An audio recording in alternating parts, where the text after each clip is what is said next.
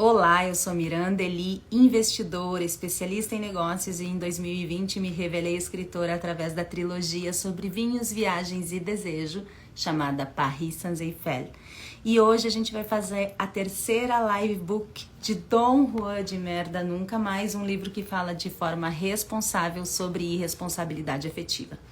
Quem perdeu a primeira e a segunda live pode entrar no Instagram, Dom Juan de Merda, e dar uma olhadinha que elas estão salvas. Na primeira live, além de apresentação do livro, a sinopse e falar um pouquinho brevemente sobre mim e sobre a ideia do livro, eu li para vocês o primeiro, o segundo e o terceiro capítulo, que é Uma Taça com Miranda, comigo, breve referencial teórico que fala um pouquinho de como a psicologia vê a formação dessa mente abusadora. Por trás da máscara, nada além de um menino, que é a educação do Dom Juan de Merda. Depois, na segunda live, nós falamos sobre prazer, Dom Juan, para o prazer de merda, claro, quando ele se torna um adulto e como que essa mente abusadora trabalha, se esquematiza enquanto adulto. E Dom Juan de Merda, eu vejo você, que a gente falou especificamente dele. Hoje nós vamos falar dos capítulos 2 que se tornam 1, a parceira ideal, que é quando ele escolhe a mulher ideal, e Love Bombing, preparando o terreno ideal. Mandem essa live para quem vocês acreditam que possa se beneficiar através dela e vamos lá. 2 que se tornam 1, a parceira ideal. Se o contexto ideal para as artimanhas de merda é de cunho amoroso, chegou a hora de escolher a parceira e se engana quem pensa que ele elegerá somente mulheres consideradas frágeis e fáceis de serem manipuladas. Essa pode sim ser uma de suas escolhas, mas não a única. A escolha do objeto de desejo é realizada a partir da função que exercerá conforme as momentâneas demandas de merda. Uma mulher atraente para exibir em ocasiões específicas, alguma bem-sucedida que traga ainda mais prestígio social, a dona de casa para cuidar dos filhos e do lar, mantendo a imagem de família perfeita, aquela que viaja muito e não terá tempo de verificar suas outras escapadas. O rol é interminável e elas serão usadas uma de cada vez ou todas ao mesmo tempo, dependendo apenas da boa vontade dele em mantê-las. O critério seletivo nunca é o amor ou a paixão. O que importa é a funcionalidade desempenhada de maneira distintiva ou como fonte de entretenimento, ambas com o objetivo de oferecer a ele suprimento que sua máscara busca para reduzir o vazio interior. É certo que estarão na lista de conquistas aquelas que se sintam confortáveis no papel de se sacrificar, ser passiva e oferecer rendição absoluta, gozando o alívio por alguém assumir as rédeas e tomar conta delas. Dedicação, amor e devoção sustentam a falta infantil e miserável de ser o centro das atenções, satisfazendo sua necessidade de grandiosidade e onipotência. Em contrapartida, o homem considerado perfeito a fará sentir-se amparada, amada e desejada por ele. Pelo menos enquanto ele assim o desejar. Por um lado, Dom Juan não deixa de ter razão. A mulher que acredita no amor romântico quer e precisa do sentimento avassalador com o qual sonha desde que ouvia as histórias dos príncipes encantados antes de dormir, suspirando e inundada de expectativas. Ele aprendeu a farejar o outro sentimento do qual também é saturado, a carência. E sabe que uma mulher sonhadora e adepta à possibilidade de ser salva pelo príncipe ao encontrá-lo, defenderá suas atitudes sem questionar seus motivos ou aceitará suas desculpas mesmo que elas sejam tão falsas quanto as verdades ouvidas. E não importa o que aconteça, a manutenção da máscara não é um fator irrelevante. Ele precisa dela para sobreviver. Da máscara, não da mulher. Quando a escolhida carente, sensível e cheia de dúvidas se der conta, o relacionamento estará tomado por jogos mentais, falta de transparência e responsabilidade e constante depreciação. Tal distorção nociva da realidade não tem mais do que o propósito de fazê-la acreditar que é errada, má e louca é ela, sentindo-se cheia de remorso e vergonha por estar tão confusa, irritada e magoada. Essa manipulação é tão poderosa que a mulher ficará procurando erros que não cometeu e, destruída por um príncipe que nunca existiu, verá todas as suas tentativas de se justificar serem invalidadas ou usadas contra ela mesma. Não há como esclarecer algo ou tentar se explicar com Dom Juan porque a ele pouco importam as evidências. Ele sabe que é o motivo das desavenças e se diverte com isso. E se o resultado para o casal for bom ou ruim, também não interessa. A única coisa relevante é o fato de ele ter atingido o objetivo de chamar a atenção, mesmo que seja através de confundir, machucar ou destruir. Se parar para refletir, qualquer um pode constatar que não é um caso raro. E outro estilo que disputa o topo das preferências de merda é aquela que pode ter sido mãe ou não, mas tem como principal característica doar-se a todos, estando disponível mais para os outros do que para si. Assim, ele se aproveita de sua dedicação exigindo cada vez mais e a mulher passa a carregar o relacionamento nas costas, isentando-o de qualquer compromisso ou obrigação. Sem perceber, ela permanece ao lado dele independentemente do quanto atraia, minta ou engane. Só que essa não é a postura de uma namorada ou esposa, é a postura da mãe que releva todas as falhas, ao passo que ele dá desculpas cada vez mais esfarrapadas. Toda pessoa responsável em excesso traz um alto nível de exigência que leva ao pior sentimento para o ser humano, a culpa. E quem se responsabiliza por tudo também assume culpas que, inclusive, não são suas. Dom Juan conhece bem a sensação e, ainda que esta venha de uma origem diferente no caso dele, os mecanismos usados para paralisar ou neutralizar alguém culpado são os mesmos: as críticas. Quanto mais uma pessoa afligida pela culpa é criticada, mais ela desenvolve dois comportamentos tóxicos para si. Ou ficará completamente paralisada e sem forças para se defender, ou se esforçará de maneira sobre-humana para mudar a possível imagem ruim que se tenha dela. E quanto mais estagnada fica ou mais se esforça, se dedica e tenta resgatar o relacionamento, mais é alvejada por críticas e menos reconhecimento e respeito recebe. Isso prova como Dom Juan é bom em criar ciclos que se retroalimentam e nas próximas páginas será possível compreender o quão árduo é sair deles. Aquela mulher que acredita em seus superpoderes de ajuda ao próximo também pode ser a escolhida. Uma das características mais bonitas do ser humano é a sua capacidade de ser empático, porém, é melhor ainda quando a empatia começa no outro, reconhecendo os próprios limites e respeitando-os. Não deveria ser normal as pessoas pensarem no conforto alheio se isso as deixar desconfortáveis, nem curar ao outro sem antes ser capazes de curar a si. E estes são os pontos fracos da salvadora. Ela se sente atraída pelas inseguranças alheias e acredita poder salvar o homem que diz ter sido um menino de infância infeliz, incompreendido, de relacionamentos tumultuados e que está abrindo seu coração apenas para ela. E não é difícil sentir-se especial quando um homem tão brilhante quanto ele confidencia assuntos íntimos, ainda que não passem de armadilhas mentirosas para que ela faça o mesmo. Muitas dessas mulheres passam a vida consumidas pela dor do outro e sem olhar para o próprio sofrimento, acabam sendo um bom alvo de merda. Porém, se ela prestasse atenção nos detalhes que Dom Juan deu sobre como foi criado, sobre o relacionamento com pai, mãe, irmãos e os demais membros da família, com as mulheres com as quais se relacionou ou colegas de trabalho, teria visto um padrão que não se revela em relacionamentos saudáveis. No entanto, não é fácil identificar este padrão quando ele é sutil e, acreditando no menino complexo e desprovido de amparo, a única coisa que ela pensa é em como ajudar.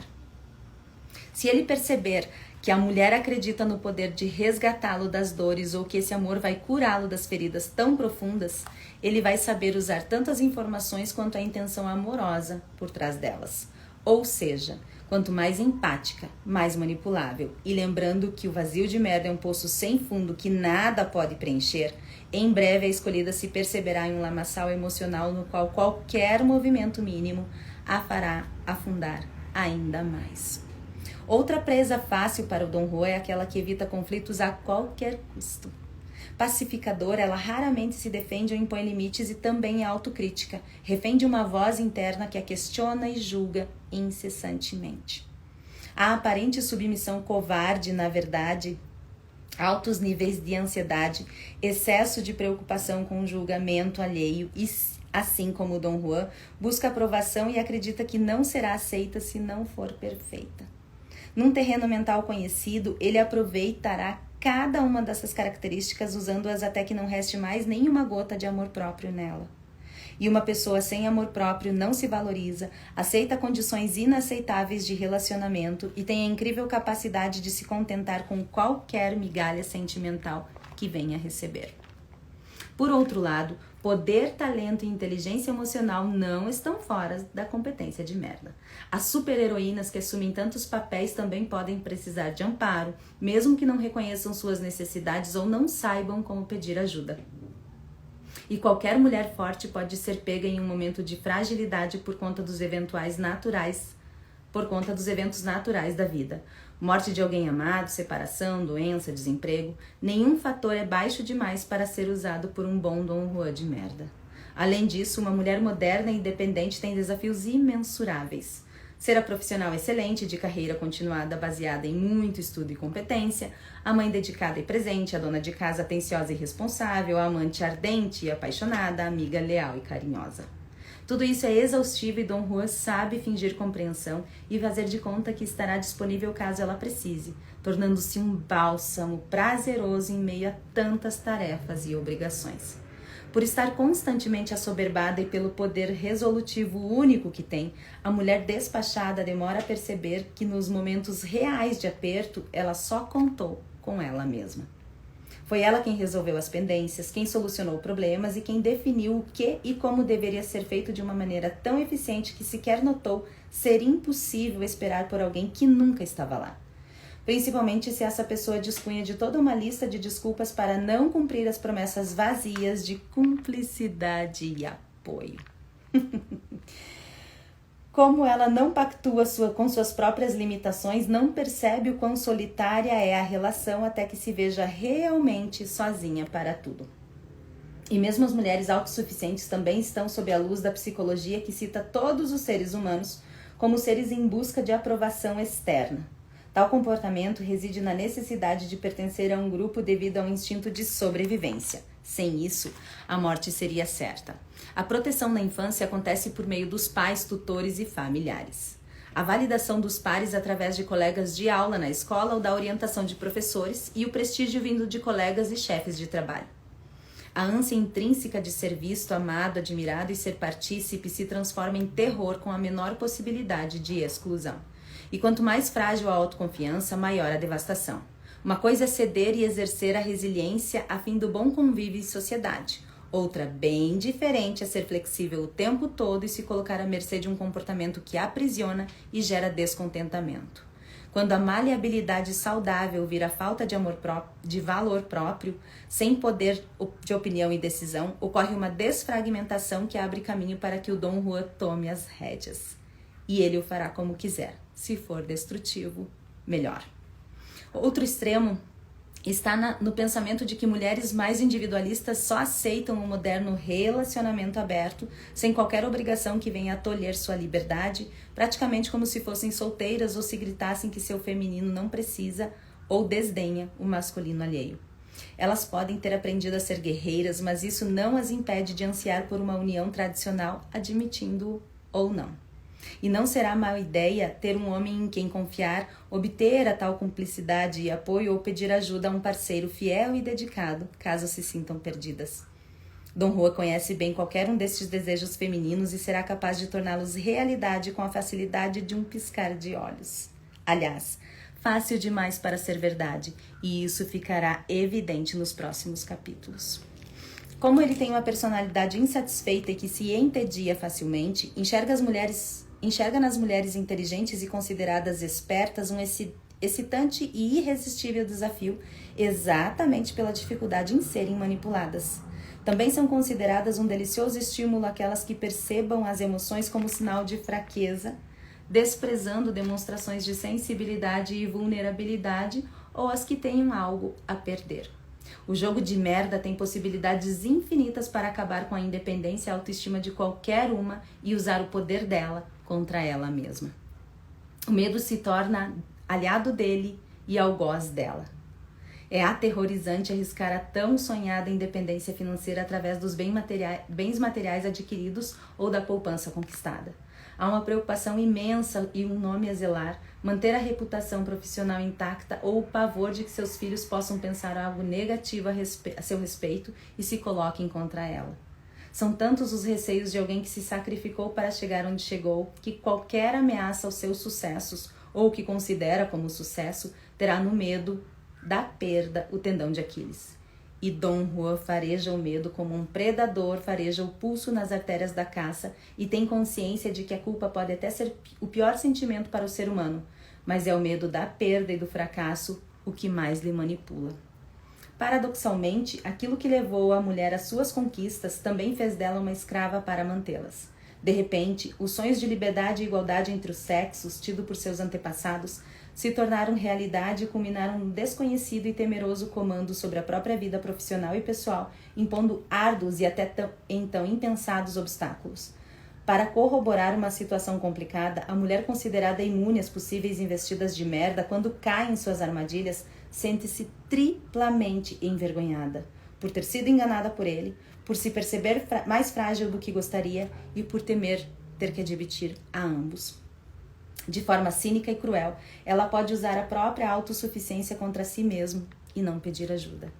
Afinal, olhar para o Dom Juan depois de ter sido humilhada por ele mostra o quanto foi iludida e dói demais reconhecer que o homem de seus sonhos era tudo aquilo do que foi acusado pelos outros e defendido por ela. A sensação é ainda mais devastadora, principalmente se somada ao conceito de que o parceiro deveria ser a fonte primordial de apoio e cumplicidade enraizada em sua mente, por maior que tenha sido a luta de suas ancestrais. Ou seja, as maiores conquistas das mulheres usadas contra elas. No que se refere ao ambiente em que foi criada, tanto faz se era tóxico ou não. O fato de uma menina ter convivido com pais ou cuidadores abusivos pode ser determinante na vida adulta, e a mulher que passou por tal experiência em tão pouca idade terá 3 agravantes que colaborarão com o plano de merda, atuando ou não em conjunto. Primeiro, que as escolhas inconscientes tendenciam à repetição do padrão abusivo já vivenciado anteriormente. Segundo, que poderá haver maior aceitação ao que as outras pessoas em diferentes condições de criação não aceitariam. Por último, é mais difícil se desvencilhar de situações hediondas quando não se tem uma rede de apoio consistente. Ademais, é evidente que nem todas as famílias estão preparadas para tudo o que envolve o desenvolvimento saudável de uma criança, seja de origem emocional, financeira ou mental. Muito menos estão todos os casais preparados para uma gestação, quer queiram ou não serem pais. Somado a isso, está o fato de as crianças serem incapazes de culpar os pais por eles não conseguirem os amar ou demonstrar o amor como elas gostariam, mesmo que seja por conta das próprias dificuldades paternas. Assim, um ambiente familiar disfuncional faz com que os filhos se considerem não merecedores de carinho, atenção e ajuda e cresçam acreditando na ideia de serem os verdadeiros culpados a fim de compensar um histórico de negligência, insatisfação e tristeza. Uma infância difícil de abandono, desestrutura familiar e os pais que, internamente desorientados, não são capazes de orientar os próprios filhos pode gerar crianças que fantasiam em si uma força acima da real. Afinal, se os adultos que seriam responsáveis por eles não o são, elas mesmas acabam por sê-lo.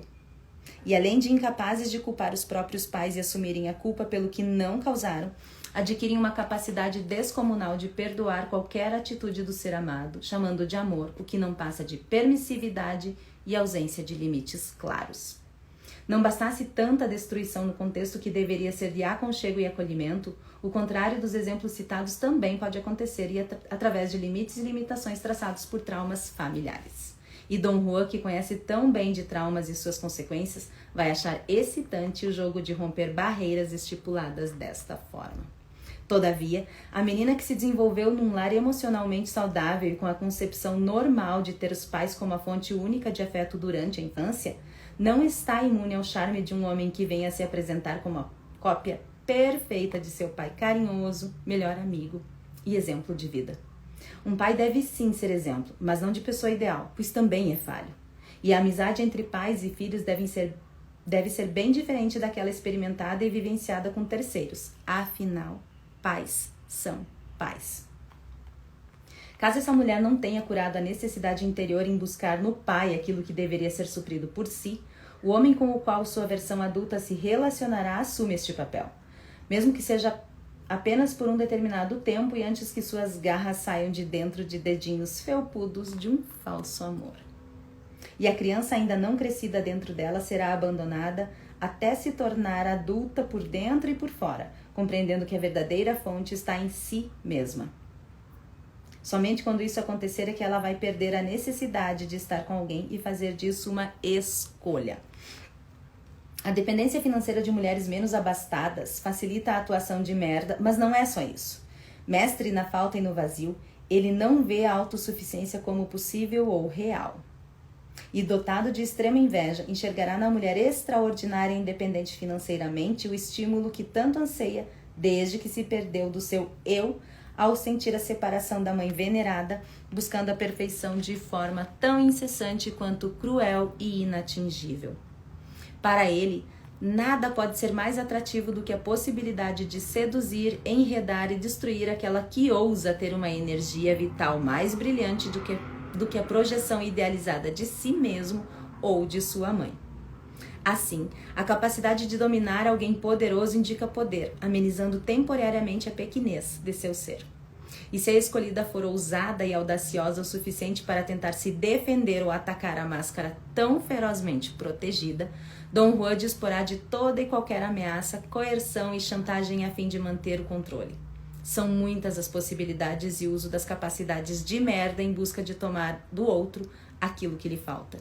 E não importa muito quem seja o outro. Qualquer atributo admirável que se tenha é passível de ser usado de forma desprezível, e assim o será, quando da decisão deste homem que foi treinado para manipular tudo o que é sublime até transformá-lo em pura miséria. Com a palavra de merda. Linda, depois do que foi dito, posso imaginar o que está passando pela sua cabeça nesse exato momento. E você está certa. Ninguém é imune ao meu chamado. Não interessa se sua mãe a preparou para esperar pelo homem maravilhoso com o qual casará e criará seus filhos numa casinha branca. Muito menos se papai a ensinou a batalhar pela vida, lutar para se formar ou em alguma faculdade cara, desfrutando de sua profissão e da gorda conta bancária advinda dela. Pouco importa se você foi abandonada para adoção pela mãe adolescente, se seus pais morreram em algum terrível acidente, se sua história tem tragédias inenarráveis ou se sua infância foi um lindo e cor-de-rosa conto de fadas. Nunca foi sobre quem você é ou de onde você veio. É sobre mim, lembra? E se eu decidir que você será a próxima, você será a próxima. Assim como todas as anteriores. Lembro da noiva grávida que acredita até hoje ter me abandonado quando na verdade fiz o possível para que ela tomasse uma atitude que eu não era homem para tomar. Ou a que fiz abortar mesmo depois de tê-la feito acreditar em meu intenso desejo de ter filhos com ela. Eu já tinha filhos o suficiente, reconhecidos ou não. Também teve a colega de trabalho mais competente que conheci, a qual pedi em noivado ao pai numa importante comemoração em família. Lembro da ambiciosa e jovem empresária que, mesmo me desafiando, consegui enganar por anos ao alegar que meus filhos não estavam prontos para o novo relacionamento do pai. Ela deixou tudo para ficar comigo. E o que eu fiz? Nada. Mostrei-lhe o paraíso e depois me transformei em seu inferno pessoal. Fiz vários vídeos íntimos e comprometedores para que elas próprias não me chantageassem ao descobrir que eu nunca fora nem seria separado. Contudo, se cogitavam a possibilidade de separar-se de mim, eu lhes dava migalhas para que continuassem acreditando que um dia subiríamos juntos ao altar. Não todos juntos, óbvio. Apenas eu e uma delas de cada vez. Apresentei-lhes minha mãe e irmão, forcei meus filhos a gravarem vídeos em homenagem ao aniversário delas ou de agradecimento por fazerem papai feliz. Até a mãe das crianças com a qual me casei formalmente e que as criou sozinha enquanto eu rodava o mundo, usei para servir aos meus caprichos. Ela nunca passou de uma secretária confiável e submissa que cuidava da casa, dos filhos e resolvia os problemas de uma rotina enfadonha e entediante que atrapalhava meus planos grandiosos. Acontece que, assim que encontrei alguém de origem abastada e com personalidade suficientemente manipulável para fazer parte da dança sem questionar, fiz o pedido de casamento. Sempre que ela desconfiava de minhas novas aventuras, eu encontrava meios de fazê-la se calar antes que sequer pensasse em abrir a boca. Meus filhos foram os melhores álibis que dispus e os usei por quase metade de meu casamento. Porém, enquanto o fazia, já arquitetava desculpas para quando eles estivessem crescidos e eu não pudesse manter o subterfúgio da imensa dor e traumas que a separação dos pais causa em crianças pequenas. Aliás, meu pensamento nunca evoluiu para de um homem casado. A meu ver, eu sempre fora e sempre seria solteiro. E daí se eu usava aliança? Ela nunca me pediu de nada. No início do casamento eu atirava e depois de tantos anos e tantas mentiras, acabei nunca mais colocando-a no dedo. Quando você me perguntou a razão de a mãe das crianças ainda usar meu sobrenome ou por que ela insistia em manter a aliança no dedo mesmo depois da suposta separação, eu tive uma saída infalível. Aleguei que isso não mudava nada entre nós. Chamei a mulher de coitada por ainda me amar tanto e afirmei ser apenas uma demonstração de que ela me esperaria para sempre. Isso causou-lhe um medo inteligente e você entendeu que poderia me perder. Interessante, não? Matei 2 coelhos numa cajadada só.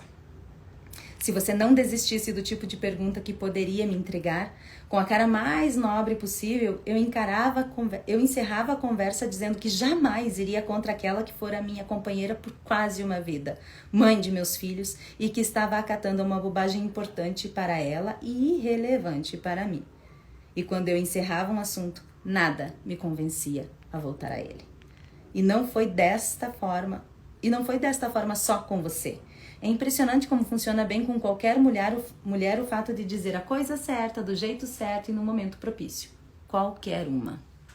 Era só acertar o timing, escolher a migalha perfeita e Eu me justificava, vocês diziam que se colocavam no lugar da mãe das crianças e que eram capazes de imaginar a sua dor.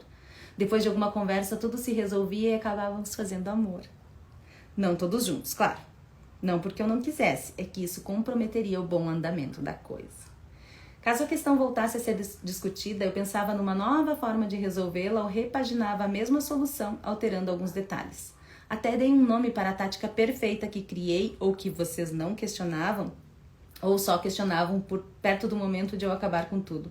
O chamado plano de vida constituía na ideia de um falso futuro em que a expectativa permanecia sempre elevada e com foco nas conquistas de longo prazo.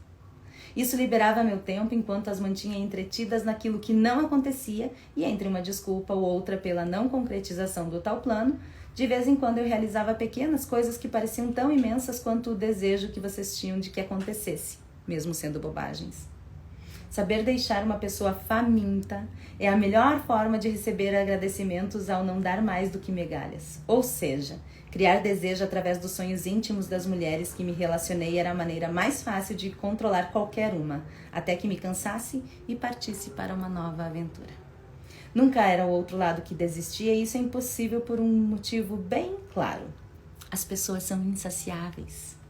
Basta saber o que elas desejam e lhes entregar parte disso no início que elas farão de tudo para obter mais. A magia é a coisa mais viciante da existência e eu sei como criá-la.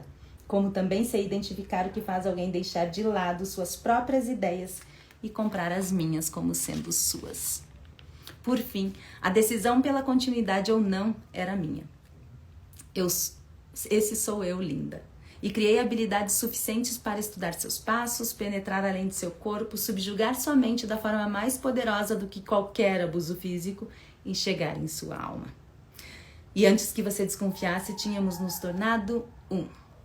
E seríamos um até que eu me cansasse ou até que você não tivesse mais nada a oferecer. E depois disso, depois disso a gente ficava um tempo sem se ver, mas não havia motivos para preocupação. Uma vez na minha lista de contatos, eu voltaria sempre que acreditasse ainda existir algo em você que não tivesse sido tomado por mim. Um oi sumida, bem dado, e estaríamos um na cama do outro novamente. Próximo capítulo, Love Bombing, preparando o terreno ideal. Dom Juan se apresentou, escolheu o contexto do romance e elegeu sua parceira. Alguma coisa nela o atraiu e o permitiu ficar, afinal, ele não entra na vida de ninguém sem ser convidado e não permanece sem consentimento. Ainda assim, talvez fosse melhor ela nem tentar entender os motivos de uma mente sádica ter se aproximado da sua, dado que isso poderia não fazer a mínima diferença, mas faz.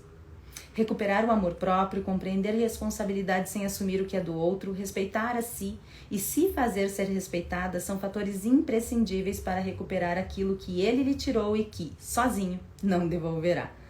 Mesmo porque não é possível devolver o que não é seu ou o que não se tem.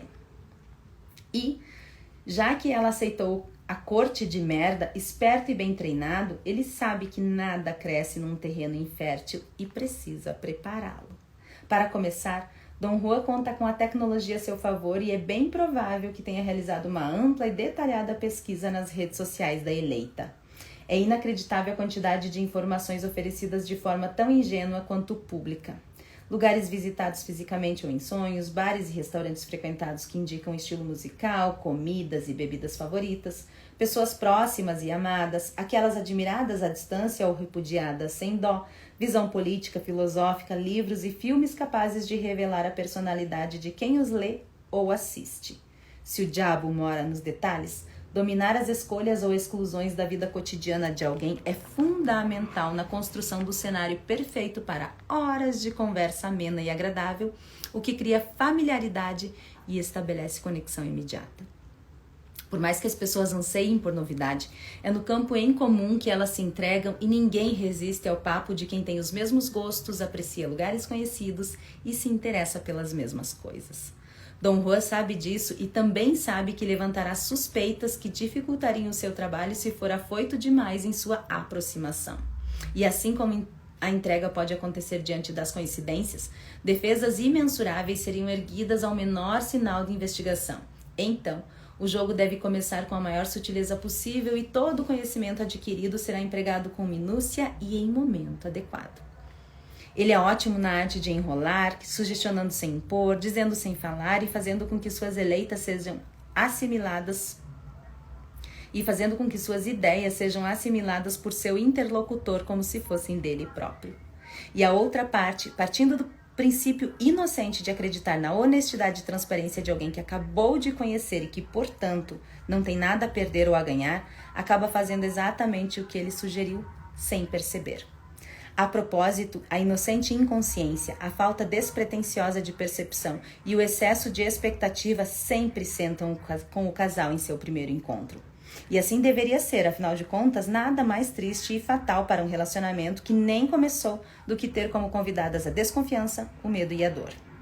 Porém, extremos são perigosos e a parceira ideal para levar nesses momentos e tratá-la com devido respeito seria a atenção. A mais pura, singela e inofensiva atenção não destrói a chance de o romance funcionar, muito menos deixa a porta escancarada para qualquer de merda saquear o que lhe convier. Só que a atenção não estava lá. E Dom Juan deu um jeito para que a desconfiança, o medo e a dor também não estivessem. Não ainda. Assim, as barreiras se mantiveram no nível do solo e a dança começou sapateando bem em cima delas. Sem perceber, a eleita disse sim, e ignorante de tal manipulação, a conexão superficial aconteceu. Superficial. E por mais que Dom Juan superestime as primeiras vezes, ele sabe que a mágica não mora no primeiro contato. Este serve apenas como um mapa para encontrar o caminho de merda. A pesquisa anterior também foi de suma importância, porém não é a única forma, muito menos a mais eficiente, de aprender sobre com quem se estará lidando. A última coisa que de merda quer é perder horas aparentemente agradáveis e não atingir o objetivo de ir além do corpo e do coração. Isso ele já tem. Para que seu plano funcione sem surpresas desagradáveis, é essencial ultrapassar o que vem com as primeiras impressões. A barreira da carência, tragédia e dor, coisas que também coleciona.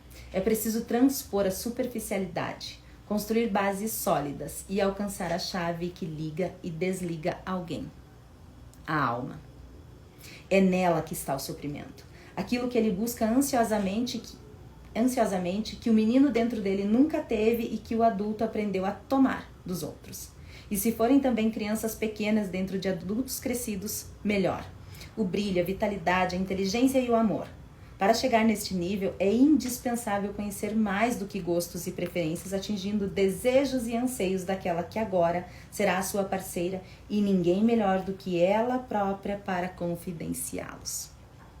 Só então a rendição e a entrega serão completas e o plano de merda poderá ser considerado em pleno andamento.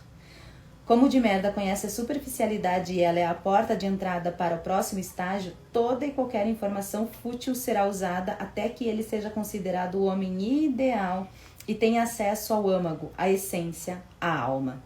As pesquisas iniciais e extensas e externas foram abrindo caminho e agora o acesso ao que interessa será dado pela própria eleita.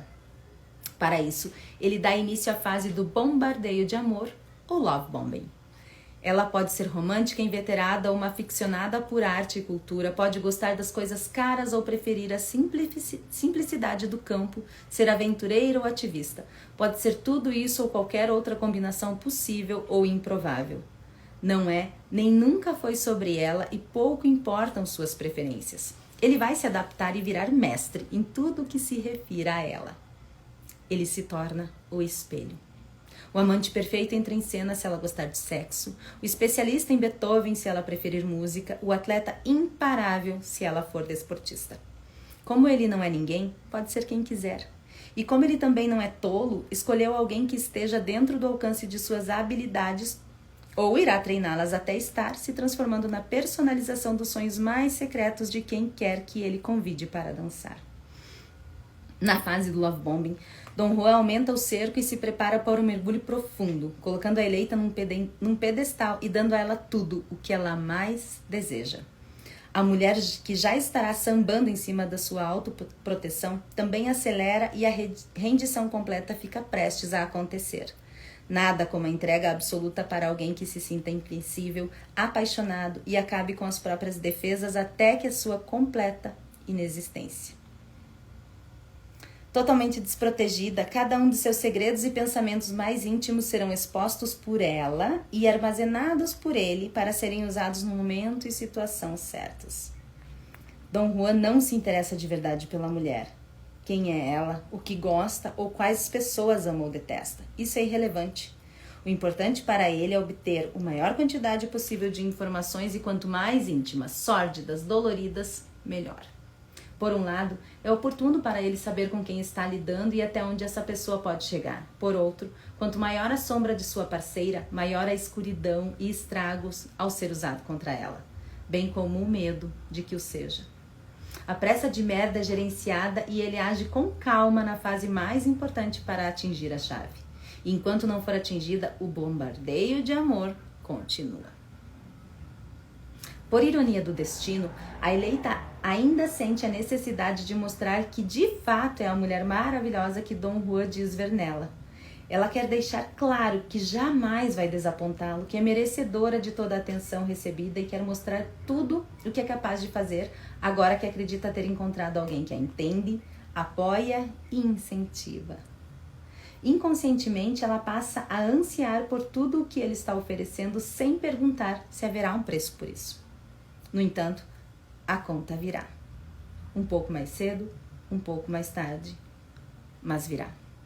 A fase do love bombing não é como uma sedução normal de todo o primeiro encontro ou dos primeiros meses de um relacionamento. Além de ter uma intensidade e velocidade impressionantes, ela é completamente diferente do amor que não dói, não é egoísta, possessivo ou controlador, ou não se preocupa em vencer usando manipulação, mentiras, ameaças e brincadeiras disfarçadas de verdades cruéis. Essas coisas que de merda faz. Em qualquer relacionamento funcional, o pedido de desculpas vem com o propósito sincero de mudança, seja por conta dos possíveis erros ou das dores causadas de maneira não intencional. As transformações podem ocorrer ou não, no entanto, a vontade de que aconteça está presente, o que não é o caso de Dom Juan.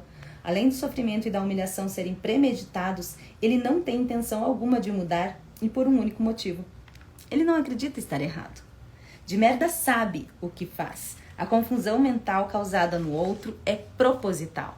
A dor é proposital. As informações obtidas, as desculpas esfarrapadas, as lágrimas de crocodilo, as mentiras, as omissões, tudo é proposital. Até mesmo o que se conhece por amor tem um único propósito: saciar a ele. E quando isso acontece, o respeito sai pela porta. E quando o respeito sai, de merda entra. E quando de merda entra, o abuso começa. Com a palavra de merda. Linda, antes de mais nada, deixe-me fazer uma pergunta. Se eu não tenho compreensão de uma personalidade própria e sou apenas o espelho que reflete no outro a sua própria imagem, fazendo-o apaixonar-se por si, refletido em mim, quem é o narcisista, afinal? Quanta hipocrisia, não? E você ficaria abismado ao descobrir como é fácil conseguir o sim para o meu chamado.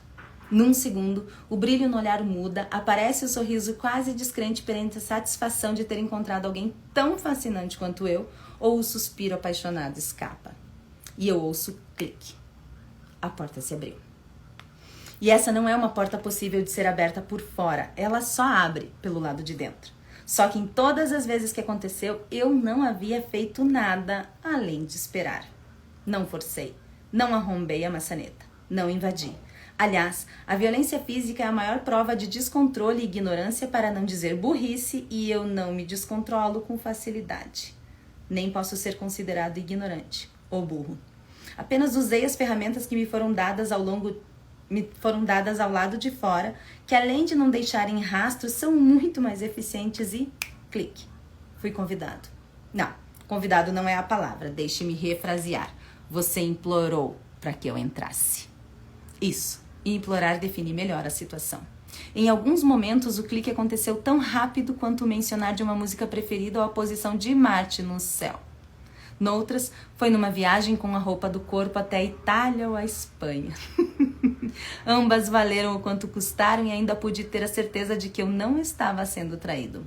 No entanto, o mais efetivo ainda é o bom e velho eu te amo, precipitado e bem posicionado. É difícil desconfiar de uma declaração de amor dita na hora certa. Por vezes, o clique demandou maior investimento de tempo, acontecendo no orgasmo múltiplo depois de conversas intermináveis sobre o desejo ardente de ter filhos outra vez. Nestes casos, foi importante ter controle absoluto do próprio corpo e fingir um bom e longo orgasmo masculino. Houve alguma dúvida no ar, dizem que as mulheres sabem se é real ou não, mas a certeza... Bem, essa não é tão simples e quando aconteceu, eu já estava longe daquela cama. Admito ter mentido inúmeras vezes, todavia algumas coisas do que eu disse se mostraram verdade e ninguém nunca vai ter convicção do que era ou não mentira. O que importa no início é o clique. E ele é tão sutil que ninguém, além de mim, percebe o quanto menti, o quão rápido me aproximei, me tornei íntimo de amigos ou família, pedi em casamento, falei o eu te amo, implorei por filhos ou tive alguma atitude que, noutra situação, seria considerada muito suspeita. Não, ninguém vai perceber. Talvez um amigo ou outro, nada que eu não possa lidar com relativa facilidade. E quando o clique acontece, eu penso, funcionou, linda. Foi ou não foi assim? Estes foram os capítulos de Don't Rua de Merda Nunca Mais, um livro que fala de forma responsável sobre irresponsabilidade afetiva. Eu sou Miranda Eli, especialista em negócios, investidora, e em 2020 me revelei escritora através de Paris Sans-Eiffel, uma trilogia sobre vinhos, viagens e desejo. E hoje estou fazendo essa leitura aqui com vocês.